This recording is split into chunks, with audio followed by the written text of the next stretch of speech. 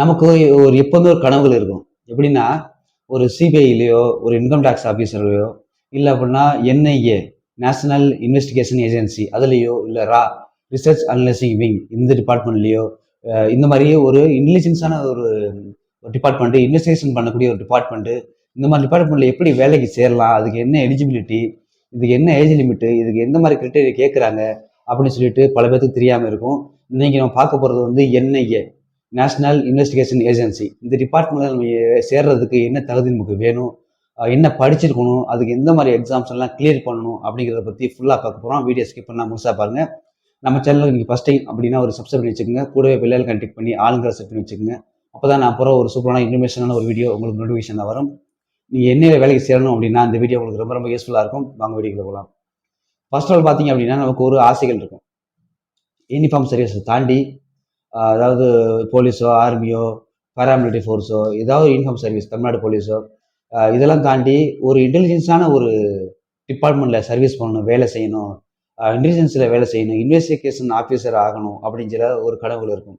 ஆனால் இந்த கனவை எப்படி அச்சீவ் பண்ணுறது, இதுக்கு எந்த மாதிரி படிக்கணும், இதுக்கு என்ன கிரிட்டேரியா கேட்டிருக்காங்க, இது எப்படி நம்ம சேரணும், எந்த மாதிரியான ஒரு எக்ஸாம் கிளியர் பண்ணணும் அப்படிங்கிறது தெரியாமையே இருக்குது.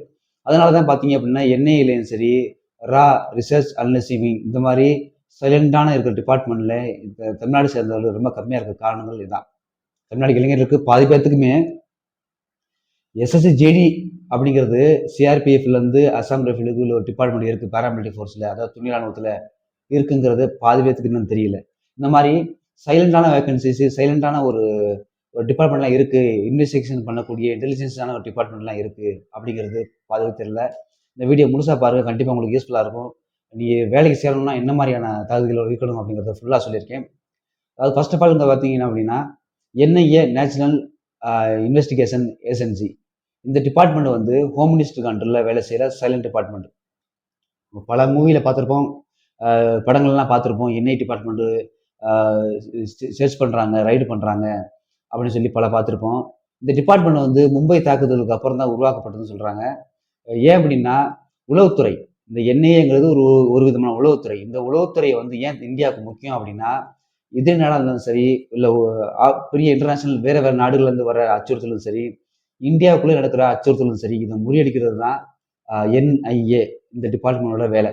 ஏன் அப்படின்னா என்ஐஏக்கு வந்து RAW, ரிசர்ச் அனலைசிங் விங், இந்த டிபார்ட்மெண்ட் என்ஐஏக்கு ஒரு குழு கொடுப்பாங்க. இந்த என்ஐ சர்ச் பண்ணி அந்த நடக்க போற இந்த மாதிரி ஒரு சம்பவங்களை தடுத்து நிறுத்துறது தான் அவங்களோட வேலை. என்ஐஏ வந்து எங்கே வேணாலும் சர்ச் பண்ணலாம் இந்தியாவுக்குள்ள. ராணுவத்தோட அனுமதி தேவைப்படாது, ஸ்டேட் போலீஸோட அனுமதியும் தேவைப்படாது, யாரோட அனுமதியும் தேவைப்படாது. அவங்களுக்கு என்ஐயோட ஒரு ரைட்ஸ் என்ன அப்படின்னா, இந்தியாவில் எங்கே வேணாலும் போய் செக் பண்ணலாம், எங்கே வேணாலும் போய் ரைடு பண்ணலாம், எங்கே வேணாலும் போய் விசாரணை நடத்தலாம். அதுக்கு வந்து ராணுவ லொக்கேஷனில் இருக்குது, ராணுவத்துக்கு பர்மிஷன் வாங்கணும், இல்லை ஸ்டேட் லொக்கேஷனில் இருக்குது, ஸ்டேட்டு கவர்மெண்ட்டை, ஸ்டேட்டு சிஎம்கிட்ட, இல்லை ஸ்டேட் போலீஸோட டிஜிட்ட பர்மிஷன் வாங்கணும் அப்படிங்கிற அவசியமே இல்லை. எங்கே வேணாலும் ரைடு நடத்தலாம், அது அவங்களோட டியூட்டி, விசாரணை நடத்தலாம், அது அவங்களோட டியூட்டி. இதுக்கு என்ன நமக்கு குவாலிஃபிகேஷன் பார்த்தீங்க அப்படின்னா டிகிரி. இந்த என்ஐஏல சேர்றதுக்கு, உளவுத்துறையில் நீங்கள் சேர்றதுக்கு உங்களுக்கு வந்து டிகிரி பேசிக் குவாலிஃபிகேஷன், டிகிரி முடிச்சிருந்தீங்க அப்படின்னா நீங்கள் இதுக்கு எக்ஸாம் எழுதலாம். இந்த ஏஜ் லிமிட் பார்த்தீங்க அப்படின்னா 30 வயசுக்குள்ளே நீங்கள் இருக்கீங்க அப்படின்னா நீங்கள் தாராளமாக அட்டெண்ட் பண்ணலாம். என்ஐஏ அப்படின்னு சொல்லிட்டு ஸ்பெசிஃபிக்காகவே வந்து உங்களுக்கு தனியார் டிபார்ட்மெண்ட்டில் ஆள் எடுக்கிறது கிடையாது. இது வந்து ஒரு டெப்டேஷன் அட்டாச்மெண்ட் மாதிரி. அதாவது இப்போ என்ஐஏக்கு உள்ளே போகணும் அப்படின்னா எஸ்எஸ்சி சிஜிஎல் அப்படிங்கிற ஒரு எக்ஸாம் இருக்குது. எஸ்எஸ்சி சிஜிஎல் கேள்விப்பட்டிருப்பீங்க. எஸ்எஸ்சி சிஜிஎல் அப்படிங்கிறது வந்து staff selection commission, CCL combined graduate level, இந்த டிபார்ட்மெண்ட்ல எக்ஸாம் நீங்கள் பாஸ் பண்ணிட்டீங்க அப்படின்னா, உதவியாளர் ஆய்வாளர் ஆகிட்டீங்க, எஸ்ஐ ஆகிட்டீங்க அப்படின்னா உங்களுக்கு என்ஐக்கு போகிறதுக்கான ஃபர்ஸ்ட் வழி தான். ரெண்டாவது வழிகள் என்ன பார்த்தீங்க அப்படின்னா யூபிஎஸ்சி கிளியர் பண்ணுறது. யூபிஎஸ்சியில் வந்து ஏசிஓ இல்லைன்னா வந்து ஐபிஎஸ், ஐஏஎஸ், ஐஆர்எஸ் இந்த மாதிரி டிபார்ட்மெண்ட்டில் நீங்கள் பாஸ் பண்ணியிருக்கீங்க அப்படின்னா நீங்கள் டெப்டேஷன் வந்து நீங்கள் என்ஐயில் சர்வீஸ் பண்ணலாம். ஏன்னா ஐபிஎஸ் ரேங்குங்கிறது, ஐஏஎஸ் ரேங்குங்கிறது இந்த என்ஐயில் தலைமை தாங்கிறதுக்கு ஒரு பெரிய ஒரு போஸ்ட்டு. மூணாவது ஆப்ஷன் பார்த்தீங்க அப்படின்னா சென்ட்ரல் போலீசஸ், அதாவது பாராமிலிட்டரி ஃபோர்ஸான எஸ்எஸ்சிஜின்னு சொல்லுவாங்கல்ல, CAPF, central armed police force, இந்த ஃபோர்ஸில் இருந்து என்ஐக்கு நீங்கள் டெப்டேஷன் போகலாம். இந்த ஃபோர்ஸில் வந்து பல ஃபோர்ஸுக்கு வந்து டெப்டேஷன் போவாங்க. என்டிஆர்எஃப் டெபுடேஷன் போவாங்க, அப்புறம் என்எஸ்ஜிக்கு டெபுடேஷன் போவாங்க, எஸ்பிஜிக்கு டெபுடேஷன் போவாங்க, விஐபி ஸ்குவாடுக்கு டெபுடேஷன் போவாங்க. இந்த மாதிரி என்ஐஏக்கு வந்து சென்ட்ரல் ஆர்ம்டு போலீஸ் ஃபோர்ஸ் சிஏபிஎஃப்ல இருந்து ரிக்ரூட்மெண்ட் கேட்பாங்க.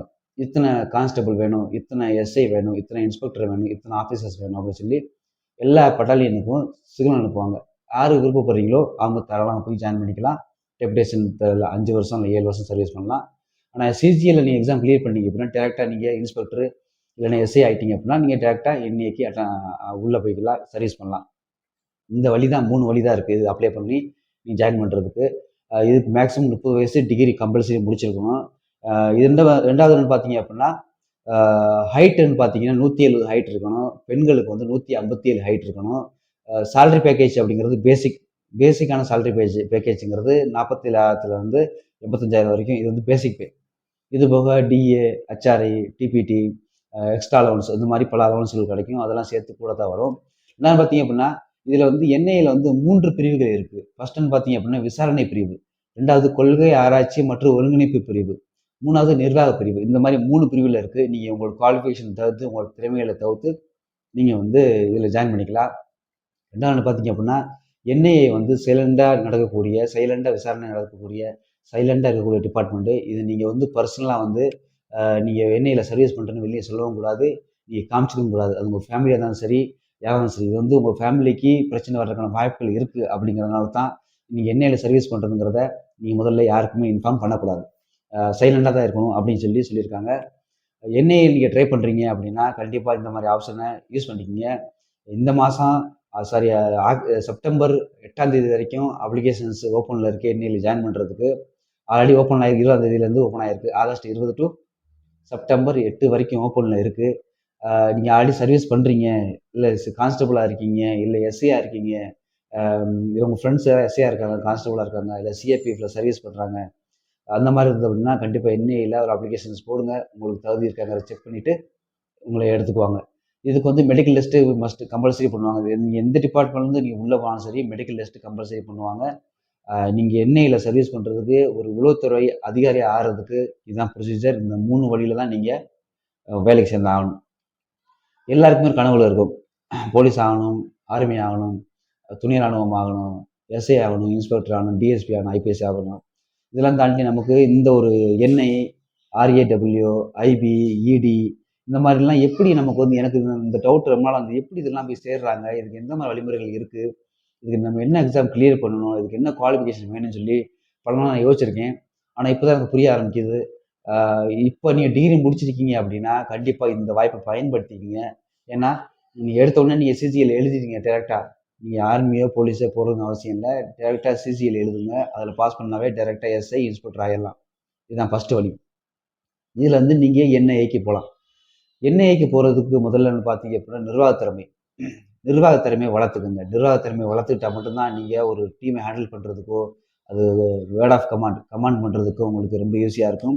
2வது சைக்காலஜி நல்லா படிங்க. சைக்காலஜி என்ன அப்படின்னா மனிதனோட மனங்கள் எப்படி இருக்குது, எந்த மாதிரி மனிதன் வந்து எந்த மாதிரி யோசிக்கிறான், மனிதனோட குறுக்கு புத்தி எப்படி இருக்கும், நேர் புத்தி எப்படி இருக்கும் அப்படி சொல்லி நல்ல புத்தகங்களை வாங்கி படிங்க. சைக்காலஜியை ஒரு மனுஷனை பார்த்தோன்னே எந்த மாதிரியான கேரக்டரு அப்படி சொல்லி அனலைஸ் பண்ணுறதுக்கான ஒரு வாய்ப்புகளை, ஒரு திறமையை, ஒரு அறிவை வளர்த்துக்குங்க.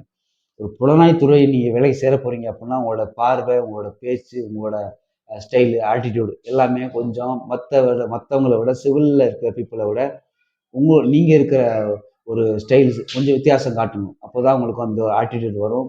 அதனால் சைக்காலஜியை சூப்பராக படிச்சுக்கோங்க, சைக்காலஜியை புரிஞ்சுக்குங்க, சைக்காலஜி என்னங்கிறத தெரிஞ்சுக்குங்க. மனிதர்கள் இந்த உலகத்தில் பல பேர் பல விதம், ஒவ்வொருத்தவங்க ஒரு மாதிரி வளர்ந்த விதம், வளர்ந்த சூழ்நிலை, பார்க்குற பார்வை உலகத்தை அப்படின்னு சொல்லியிருக்கோம். அதனால் இந்த என்ஐஏ, ஆர்ஏடபிள்யூ, ஐபி, இடி, சிபிஐ, இன்கம் டேக்ஸ் இந்த மாதிரி இந்த ஸ்பெஷலான ஒரு டிபார்ட்மெண்ட்டுக்கு வேலை செய்யணும் அப்படின்னா இந்த மாதிரி தகுதியை வளர்த்துக்கிறங்க. அதுதான் உங்களுக்கு பெஸ்ட்டு. அது மட்டும் இல்லாமல் +2 முடிச்சுட்டு அடுத்து என்ன பண்ண போகிறீங்க கேட்டிங்க அப்படின்னா கம்பல்சரி டிகிரி முடிங்க. டிகிரி முடிக்கிறதுக்குள்ளே வேலை கிடச்சின்னா கரசலில் போட்டு டிகிரி பாஸ் பண்ணுங்க. டிகிரி தான் உங்களுக்கு அடுத்த லெவலுக்கு கொண்டு போகிறதுக்கான ஒரு படி. அதனால் டிகிரியை கைவிட்றாதீங்க, டிகிரியை முடிச்சிருங்க. இந்த வீடியோ உங்களுக்கு சர்வீஸ் பண்ணுறாங்க, இந்த மாதிரி டிபார்ட்மெண்ட்டில் இருக்குது அப்படி சொல்லி பதவி தெரியாமல் இருக்கும் உங்கள் ஃப்ரெண்டுக்கு ஷேர் பண்ணி சொல்லுங்கள். அடுத்து ஆர்ஏடபிள்யூ, ஐபி, சிபிஐ, இடி இந்த மாதிரி டிபார்ட்மெண்ட்டை பற்றி எப்படி சேருங்கிறத அடுத்த வீடியோவில் சொல்கிறேன். வீடியோ பிடிச்சினா ஒரே ஒரு லைக் மட்டும் பண்ணுங்கள். அடுத்த ஒரு சூப்பரான ஒரு இன்ஃபர்மேஷன் வீடியோ சந்திப்போம். நன்றி.